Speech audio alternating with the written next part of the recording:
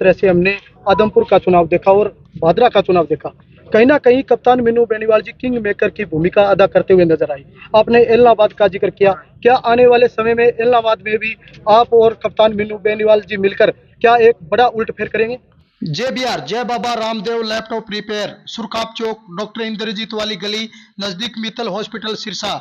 नए व पुराने एप्पल से लेकर सभी कंपनियों के लैपटॉप व motherboard repairing, specialist chip level repairing का कार्य तसल्ली बख्श किया जाता है। साथ ही सीसीटीवी कैमरे लगवाने व इंपोर्टेड लैपटॉप सेल परचेज और रिपेयरिंग के लिए संपर्क करें। रमनदीप, मोबाइल नंबर 94 671 76 066 या फिर 87 081 16 151 पर संपर्क करें। आप जीत हासिल हुई, आप क्या कुछ कहना चाहोगे? देखिए, भादरा विधानसभा क्षेत्र में इस बार जो चुनाव था जी वो एक तरह से क्षेत्र में लाल आतंक के खिलाफ भादरा विधानसभा क्षेत्र की जनता ने चुनाव लड़ा है। तो निश्चित रूप से ये लाल आतंक के खिलाफ जनता का चुनाव था और इस चुनाव में जनता की जीत हुई। तो एक तरह से मैं कह सकता हूँ कि इस विधानसभा क्षेत्र में हमारी भारतीय जनता पार्टी की, चूंकि मैं उम्मीदवार था, तो जीत हुई है। ये जनता की जीत है, पार्टी के कार्यकर्ताओं की जीत है। हमारे यहाँ से हरियाणा से भी हमारे भाई साहब खड़े हैं, कप्तान साहब, ये सब लोग, पूरी टीम जो लगी हुई थी वो जनता का, एक तरह से सब जनता के साथ मिल करके, और जनता का आशीर्वाद लगातार वहाँ हमें मिला और जनता का भारी जन समर्थन मिला, जिसकी वजह से इतने बड़े मुकाबले में भारतीय जनता पार्टी चुनाव को जीत सकी। और एक अच्छी जीत मैं इसलिए कहना चाहता हूँ क्योंकि इस सीट की चर्चा पूरे राजस्थान में थी और एक तरह से सीपीएम का उम्मीदवार नहीं होकर के जो उम्मीदवार हमारे सामने चुनाव लड़ रहा था वो सीधा सीधी मैं कहना चाहूँगा कि सरकार का उम्मीदवार था, आदरणीय अशोक गहलोत साहब का उम्मीदवार था। केवल वहाँ जो कांग्रेस ने उम्मीदवार उतारा वो केवल डम्मी उम्मीदवार के रूप में उतारा गया। तो ये चुनाव कांग्रेस ने और सीपीएम ने एक तरह से मिल करके लड़ा और जनता ने उस चुनाव को जीता। मैं इस जीत के लिए भादरा विधानसभा क्षेत्र की जनता का, कार्यकर्ताओं का, छत्तीस बिरादरी के भाइयों का, विशेष करके हमारे हरियाणा से भी बड़ी संख्या में कप्तान मीनू बेनीवाल भाई साहब के नेतृत्व में टीम यहाँ से गई। सब ने मिलकर के, हरियाणा से भी बहुत से कार्यकर्ताओं ने, सब ने मिलकर के काम किया। तो मैं इस जीत के लिए सबको बहुत बहुत बधाई देता हूँ, बहुत बहुत धन्यवाद देता हूँ। संजीव जी, अब आपकी प्राथमिकता क्या रहेगी? लगातार विकास के मुद्दों को लेकर के आप चुनाव लड़ रहे थे, प्राथमिकता क्या? देखिए, चुनाव का जहाँ तक सवाल है, विकास का, मैं पहले भी 2 दफ़ा मेरे को भादरा विधानसभा क्षेत्र की जनता ने काम करने का मौका दिया था। 1998 से लेकर के 2003 तक मैं राजस्थान विधानसभा का सदस्य रहा। उस टाइम में हमारे भादरा विधानसभा क्षेत्र में किसानों की सिंचाई से संबंधित बहुत बड़ी समस्या थी। जैसे सिद्धमुख सिंचाई परियोजना में 2 डिस्ट्रीब्यूटरी हुआ करती थी, जैसे सिद्धमुख वितरिका और रतनपुरा वितरिका। वो लंबे समय से एक मांग उस इलाके की थी, वो लंबी चल रही थी मांग। तो उस कार्यकाल के दौरान हमने न केवल सिद्धमुख डिस्ट्रीब्यूटरी और रतनपुरा वितरिका को न केवल मंजूर करवाया, बल्कि उसका काम, निर्माण का काम, उसका संपूर्ण काम हम उस टाइम करके गए थे। और इसके साथ साथ हमारी अमर सिंह सिंचाई सिस्टम, जो कि उस इलाके की एक तरह से सिंचाई की सबसे बड़ी पुरानी स्कीम है, उसमें भी केवल मेन जो अमर सिंह सिंचाई डिस्ट्रीब्यूटरी जो मेन कैनाल है वो पक्की हुआ करती थी। बाकी उसकी वितरिकाएँ, जैसे उसकी नेठाना वितरिका हो, डीपीएन दीपलाना वितरिका हो, सरदारपुरा वितरिका हो, जो डिस्ट्रीब्यूटरी है वो सारी कच्ची नहरें हुआ करती थी। तो टैल के किसान को पानी नहीं मिलता था, लगातार नहरें, कच्ची नहरें क्षतिग्रस्त हो जाती थी। तो उसमें हमने उस ज़माने में RWSRP प्रोजेक्ट ला करके सारी वितरिकाएँ, जो अमर सिंह सिंचाई सिस्टम के नीचे जितनी वितरिकाएँ, सारी वितरिकाएँ हमने उस समय पक्की करवाने का काम किया था, जो आज भी टैल के किसान को उसका लाभ मिल रहा है। और इसके साथ साथ उस ज़माने में पहले भादरा में उपखंड, जिसको हम सब डिवीज़न बोलते हैं, नौर जाना पड़ता था, 45 किलोमीटर उपखंड कार्यालय उस ज़माने में खोला गया। बड़े पैमाने पर उस समय शिक्षा के क्षेत्र में काम किए गए। और उसके बाद 2013 से 2018 तक जब मुझे काम करने का मौका मिला, तो उस दौरान भी भादरा में गवर्नमेंट कॉलेज की मांग, राजकीय महाविद्यालय की मांग बहुत पुराने ज़माने से थी। करीब 30 साल से ये मांग हुआ करती थी। उच्च शिक्षा के लिए लोगों को बाहर जाना पड़ता था, तो उस समय राजकीय महाविद्यालय कॉलेज खोलने का काम किया गया। प्रत्येक पंचायत क्षेत्र में 10+2 का स्कूल हमने खोलने का काम किया। गांव का गौरव बढ़ाने के लिए ग्रामीण गौरव पथ हमने बनाने का काम किया। इसके अलावा जो मिसिंग लिंक के रूप में अनेक सड़कें बनाई गई और साथ साथ रिकारपेट करने का काम, सड़कों को नवीनीकरण करने का काम किया गया। उत्तरी भारत का सबसे बड़ा धाम गोगा जी का मंदिर आपने देखा है।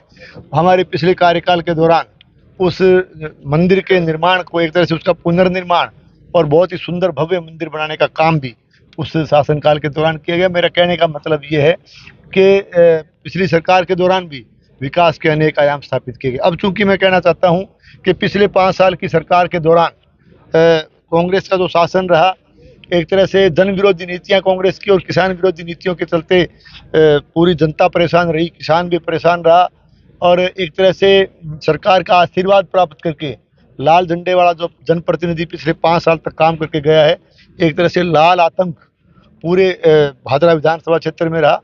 कानून और व्यवस्था लगातार बिगड़ती गई, अपराध इलाके के अंदर बढ़ा और अपराध के साथ साथ मैं कहना चाहता हूँ कि चिट्टे जैसे मादक पदार्थ की तस्करी इस सीमावर्ती इलाके में, हमारे क्षेत्र में लगातार इनकी एक तरह से पुलिस की नाक के नीचे, प्रशासन और सरकार की नाक के नीचे होता रहा। युवा वर्ग को नशे की गर्त में धकेला गया और इसके साथ साथ पूरे इस शासन पिछले लाल झंडे वाले के कार्यकाल के दौरान लगातार चंदन के तस्कर पकड़े गए, डीजल नकली बनाने के बड़े बड़े कारखाने चलाने वाले तस्कर पकड़े गए, मेडिकेटेड नशा बड़े पैमाने पर पकड़ा गया, लकड़ी के तस्कर, हथियारों के तस्कर पकड़े गए। एक तरह से तस्करों का साम्राज्य भादरा में इन लोगों ने स्थापित कर दिया। तो सारी की सारी कानून व्यवस्था बिगड़ती गई। सिंचाई के मामले में भी सिद्धमुख सिंचाई परियोजना, अमर सिंह सिंचाई सिस्टम और नौर सिंचाई सिस्टम, नौर फीडर सिंचाई सिस्टम, इसमें लगातार किसान न केवल सिंचाई पाने के लिए बल्कि पीने के पानी के लिए भी चराई चराई करता रहा। लगातार सिंचाई व्यवस्था के इन लोगों ने उसको ध्वस्त करके रख दिया। और इसके साथ साथ आदरणीय नरेंद्र मोदी जी ने देश भर के किसानों के लिए एक तरह से हम कह सकते हैं कि प्रधानमंत्री फसल बीमा योजना का आगाज किया था, जिसका लाभ पूरे भारतवर्ष के किसान को मिलने लगा था। तो इस पिछले शासनकाल के दौरान उस प्रधानमंत्री फसल बीमा योजना में भी बड़ी भारी अनियमितताएं हुई, बड़ी भारी उसमें भ्रष्टाचार हुआ, घोटाला हुआ। एक तरह से 2018 से पहले जब हम लोग सरकार में थे तो हमारे विधानसभा क्षेत्र के किसानों को 13, 14, 15 लाख तक का बीमा क्लेम हमारे समय के दौरान मिला था। लेकिन उस बीमा क्लेम को इनकी किसान विरोधी नीतियों के चलते पिछले लाल झंडे वाले के कार्यकाल के दौरान उसको 500, 400, 1300 रुपये तक ला करके उसको छोड़ दिया। तो ये हालत प्रधानमंत्री फसल बीमा योजना की कर दी। वो इसलिए हुई क्योंकि जो क्रॉप कटिंग के आधार पर जो फसल बीमा मिलता था हमारे किसान को, उसको सैटेलाइट के आधार पर इन लोगों ने केवल इसलिए दिलाने का काम किया क्योंकि इन लोगों ने बीमा कंपनी के साथ चुने हुए जनप्रतिनिधि ने, सरकार के कृषि अधिकारियों ने और जयपुर में बैठने वाले बड़े लोगों ने बीमा कंपनी के साथ सांठगांठ कर ली। बीमा कंपनी को बड़ा लाभ पहुंचाने के लिए और एक तरह से बीमा कंपनी की तिजोरी भरने के लिए, अपने घर भरने के लिए भादरा विधानसभा क्षेत्र के किसान का गला काटने का काम इन लोगों ने किया है। तो मेरा कहने का मतलब ये है कि अब भारतीय जनता पार्टी की सरकार बन रही है, अच्छा सुशासन देने का काम करेंगे। प्रधानमंत्री फसल बीमा योजना का लाभ समय पर किसान को मिले, उसका उचित प्रबंध करने का काम करेंगे। सिंचाई के मामले में जो तीनों सिंचाई प्रणाली है उसमें टहल के किसान को पूरा हक का पानी मिले, इसका हम पूरा प्रयास, चाहे खेल के क्षेत्र में हो चाहे शिक्षा के क्षेत्र में हो, एक तरह से हम प्रयास करेंगे कि खिलाड़ियों को भी प्रोत्साहन मिले, स्टूडेंट्स को भी प्रोत्साहन मिले और अच्छे खेल स्टेडियम बने, खेल जगत को, खेल में खेलने वालों को भी प्रोत्साहन मिले। तो इस तरह के युवा वर्ग के लिए भी प्रयास करेंगे तो एक अच्छा सुशासन देने का प्रयास भादरा में किया जाएगा, ये हमारा कहना है। संजीव जी, मेरा आखिरी प्रश्न आपसे, जिस तरह से हमने आदमपुर का चुनाव देखा और भादरा का चुनाव देखा, कहीं ना कहीं कप्तान मीनू बेनीवाल जी किंग मेकर की भूमिका अदा करते हुए नजर आई। आपने इलाहाबाद का जिक्र किया, क्या आने वाले समय में इलाहाबाद में भी आप और कप्तान मीनू बेनीवाल जी मिलकर क्या एक बड़ा उलटफेर करेंगे? देखिए, कप्तान मीनू बेनीवाल जी के बारे में मैंने अभी मीटिंग के दौरान भी कहा था कि देखिए, जिन लोगों को, जिस इलाके को, जिस क्षेत्र को ऐसे भामाशाह के रूप में, दानदाता के रूप में ऐसा कार्यकर्ता अगर किसी क्षेत्र को मिलता है, तो जिस प्रदेश को मिलता है, तो उसको अपने आप को, उस क्षेत्र को बड़ा भाग्यशाली समझा जाना चाहिए। हम बहुत भाग्यशाली हैं कि हमें न केवल हरियाणा प्रदेश में बल्कि हमारे एक तरह से राजस्थान, क्योंकि हम भाई भाई हैं आपस में, तो एक भाईचारे की मिसाल कायम करते हुए भाई कप्तान मीनू बेनीवाल जी ने एक भामाशाह के रूप में, दानदाता के रूप में न केवल हरियाणा प्रदेश की बल्कि राजस्थान प्रदेश में भी, हमारे भादरा विधानसभा क्षेत्र में या अन्य जगह जा करके इन्होंने समाज सेवा के काम में बढ़ चढ़ के भाग लिया है। चाहे वो शिक्षा का क्षेत्र हो, गौशाला का क्षेत्र हो, चाहे हमारे किसी तरह का निर्माण कार्य या विकास का कार्य करवाना हो, खेलों के टूर्नामेंट करवाने हो, स्टूडेंट्स के लिए पढ़ाई के मामले में कोई उनको प्रोत्साहन देना हो, हर क्षेत्र में इन्होंने विशेष करके हमारे भादरा विधानसभा क्षेत्र में एक भाईचारे की मिसाल कायम करते हुए इन्होंने हमें लगातार ये हमें संभालते रहे, इन्होंने काम किया। मैं इनको बहुत बहुत साधुवाद देता हूँ, बहुत बहुत बधाई देता हूँ। मैं कहना चाहता हूँ कि भविष्य में भी जैसे टीम मीनू बेनीवाल ने लगातार इस इलाके में काम किया, तो भविष्य में भी न केवल हरियाणा प्रदेश में या इलाहाबाद में बल्कि भादरा में हम मिल करके काम करेंगे और एक अच्छा संदेश इस बात का जाएगा कि एक भामाशाह के रूप में भाई साहब अच्छा काम कर रहे हैं। हाँ जी सर। कैप्टन साहब, आप आखिरी सवाल आपसे है हमारा। आपने बोला था जनता को भादरा की को कि आप संजीव बेनीवाल को जिता दो, आगे की जिम्मेवारी हमारी है। क्या कोई भादरा को मंत्रालय मिलने वाला है? मैंने मंत्रालय की बात नहीं की थी, मंत्रालय तो पार्टी का काम होता है। मैंने आगे की जिम्मेदारी विकास के लिए की थी। अभी हमारी नेठाणा में लाइब्रेरी तैयार चल रही है, 56 पंचायतें हैं और उज्जवलवास गांव है, पूर्व विधायक जी का ससुराल है, वहाँ हमारी लाइब्रेरी तैयार हो गई है। तो बच गए जो 54 गांव हैं, हम कोशिश करेंगे कि आने वाले जल्दी से जल्दी समय में 54 के 54 गांव में हम लाइब्रेरी, जो 56 के 56 पंचायतों में लाइब्रेरी बनाएं, जहां हमारी बच्चियां और बच्चे पढ़ सकें। हम सारा जिम्मा तो नहीं ले सकते, लेकिन शिक्षा के क्षेत्र में हम कंधे से कंधा मिलाकर इनके साथ काम करेंगे।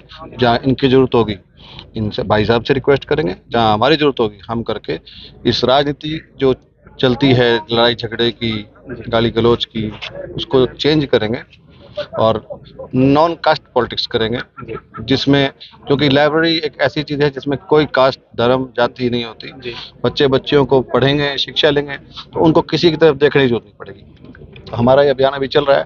हमने स्वामी विवेकानंद के नाम से और बाबा भीमराव अम्बेडकर के नाम से, 2 नाम से हम लाइब्रेरी बनाते हैं, तो वहाँ भी हम ऐसे ही करने वाले हैं। कैप्टन साहब, आपने एक बात और बोली थी भादरा के चुनाव में अगर संजीव बेनीवाल की जीत 50,000 से कम होती है तो हम ये मानना कि भाई हमारी मेहनत में कोई कमी रही है। हाँ, हमारी मेहनत में कमी रही है, हम आहत हैं इससे, अगली बार इसको पूरा करेंगे। जी, धन्यवाद।